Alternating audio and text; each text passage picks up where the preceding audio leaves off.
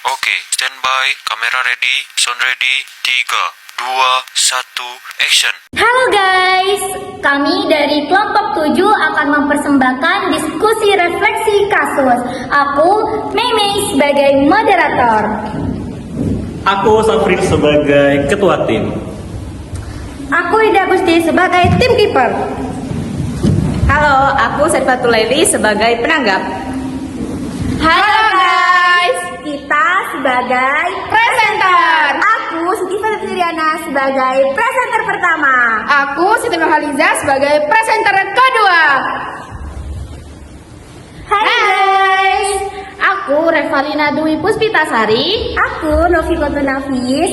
kami sebagai Notulen. Enjoy Assalamualaikum warahmatullahi wabarakatuh. Waalaikumsalam warahmatullahi wabarakatuh. Sebelumnya saya ucapkan terima kasih kepada teman-teman sejawat karena telah menyempatkan waktu untuk melaksanakan sesi DRK diskusi kasus pada pasien anak yang menderita diagnosa Alice in Wonderland syndrome. Jadi diharapkan kepada sejawat dapat berkontribusi secara penuh dan juga menuangkan pikiran secara ilmiah. Sebelum sesi diskusi ini dimulai, alangkah baiknya kita berdoa terlebih dahulu agar apa yang kita laksanakan dapat bermanfaat. Berdoa dimulai.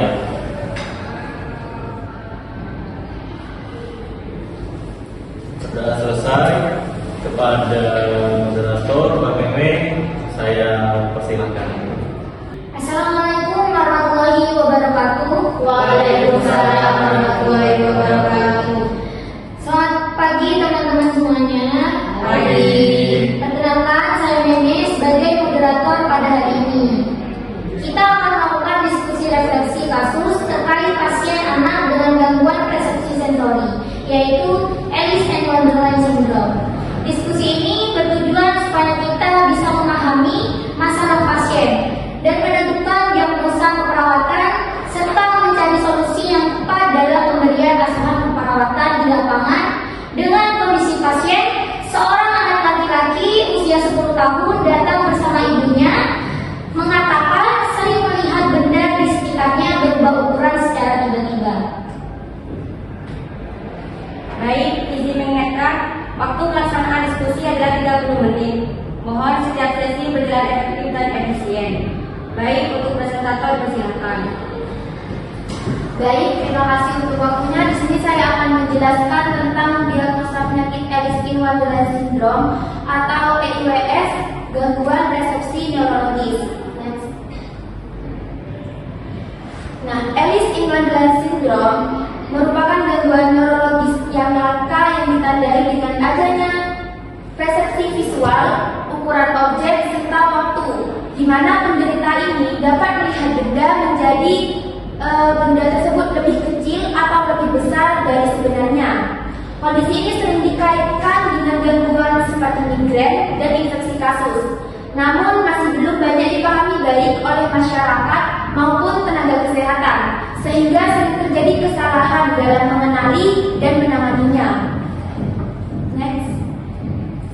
Baik, terima kasih saya ucapkan kepada ketua tim kami yaitu Mas Safrin dan kepada moderator serta kepada Mbak Yana sebagai presentator pertama tadi. Selanjutnya sebelum kita mengkaji tentang AIWS ini, kita harus memahami terlebih dahulu tentang apa itu definisinya, penyebabnya dan proses serta penanganannya bagaimana. Next, Pak.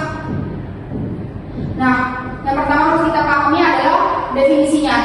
Alice in Wonderland syndrome adalah gangguan neurologis yang menyebabkan perubahan persepsi terhadap ukuran benda, mikropsia dan makropsia, bentuk serta waktu dan ruang, sehingga penderita mengalami distorsi dalam melihat dan merasakan lingkungan di sekitarnya. Selanjutnya akan dilanjutkan oleh Kak Yana.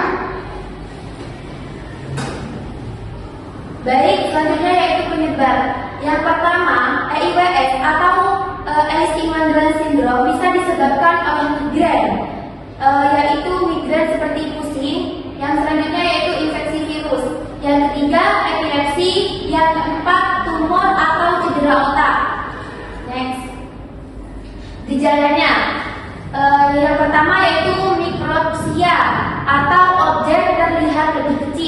Yang kedua, makropsia, objek terlihat lebih besar. Yang ketiga, distorsi waktu. Yang keempat, halusinasi visual. Yang kelima, perubahan persepsi tubuh. Selanjutnya yaitu mekanisme terjadinya Alice-In-Wonderland Syndrome. Alice-in-Wonderland Syndrome ini terjadi akibat gangguan pada bagian otak, terutama lobus occipital yang berperan dalam pengolahan visual dan lobus parietal yang berfungsi dalam persepsi ruang dan posisi tubuh. Gangguan pada kedua area ini menyebabkan otak tidak mampu memproses informasi secara normal, sehingga muncul distorsi persepsi seperti perubahan objek, jarak, dan bentuk yang tidak sesuai dengan sebenarnya. Selanjutnya akan dilanjutkan oleh presentator kedua. Baik, selanjutnya yaitu tentang diagnosis dan penata laksananya. Untuk diagnosis Alice-in-Wonderland Syndrome ini ditegakkan berdasarkan gejala klinisnya yang dialami pasien serta didukung dengan pemeriksaan penunjang seperti MRI dan EEG, serta perlu dibedakan dengan gangguan psikiatrinya. Nah, penata laksanaannya dilakukan dengan mengatasi penyebab yang mendasarinya apa, seperti pemberian terapi migrain, penanganan infeksi, serta edukasi kepada pasien agar memahami kondisi yang dialami sehingga dapat mengurangi kecemasan dan meningkatkan kualitas hidup pasien. Next, Pak. Nah, untuk kesimpulannya yaitu Alice-in-Wonderland Syndrome ini atau AIWS ini merupakan gangguan persepsi neurologis yang langka dengan penyebab utama yang sering dikaitkan dengan migrain dan infeksi, serta ditandai oleh gejala berupa distorsi ukuran dan persepsi terhadap lingkungan, di mana penanganannya dilakukan sesuai dengan penyebab yang mendasarinya. Itu saja mungkin yang dapat kami sampaikan. Terima kasih. Kami kembalikan kepada moderator. Baik, terima kasih atas pemaparan kasusnya. Selanjutnya kita masuk ke sesi diskusi kepada ketua tim. Mas Safrin, dipersilakan. Baik, terima kasih atas waktunya. Jadi rekan-rekan sejawat, kalau kita lihat dari kasus ini, kira-kira masalah perawatan utamanya ini apa? Izin menanggap, menurut saya yang paling utama adalah gangguan persepsi sensori pada penglihatan, karena pasien mengalami distorsi seperti benda terlihat besar atau kecil. Gangguan persepsi sensori. Baik, oke, saya tambahkan. Selain itu juga ada ansietas, karena pasien ini terlihat seperti takut, cemas, dan menarik diri dari itu. Oke, betul. Jadi ada dua diagnosa utama ya. Sekarang menurut kalian penyebabnya apa? Kalau dari kondisi pasien, penyebab utamanya adalah gangguan neurologis yaitu migrain. Iya, benar sekali. Dari sisi keperawatan mungkin edukasi untuk pasien dan keluarga itu masih kurang. Jadi mereka tidak memahami kondisi dan mereka juga merasa takut. Lingkungan juga bisa berpengaruh, misalnya cahaya terang yang memicu migrain. Izin mengingatkan, waktu diskusi tersisa 3 menit. Baik, kita analisis menggunakan fungsi manajemen perawatan.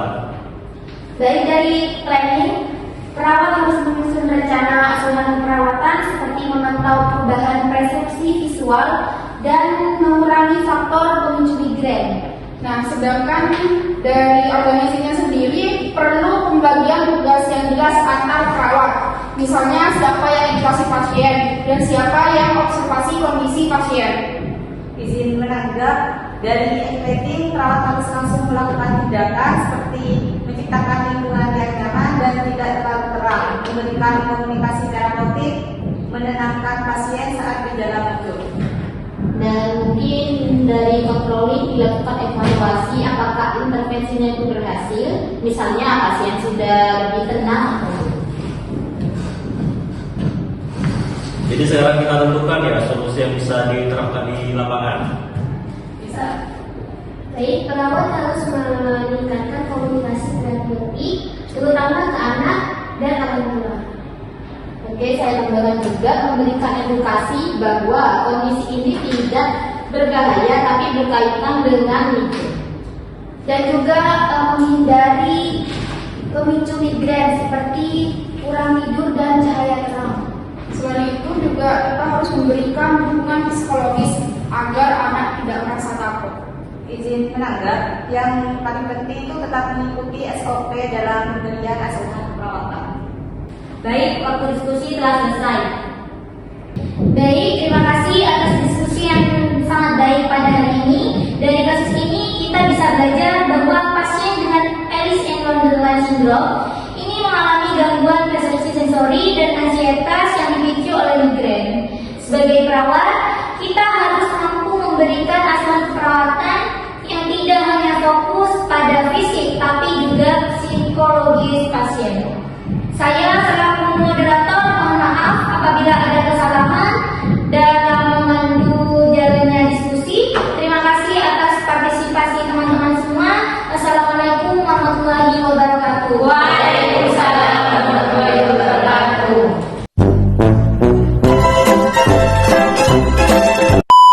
Berdasarkan gejala klinisnya yang dialami pasien.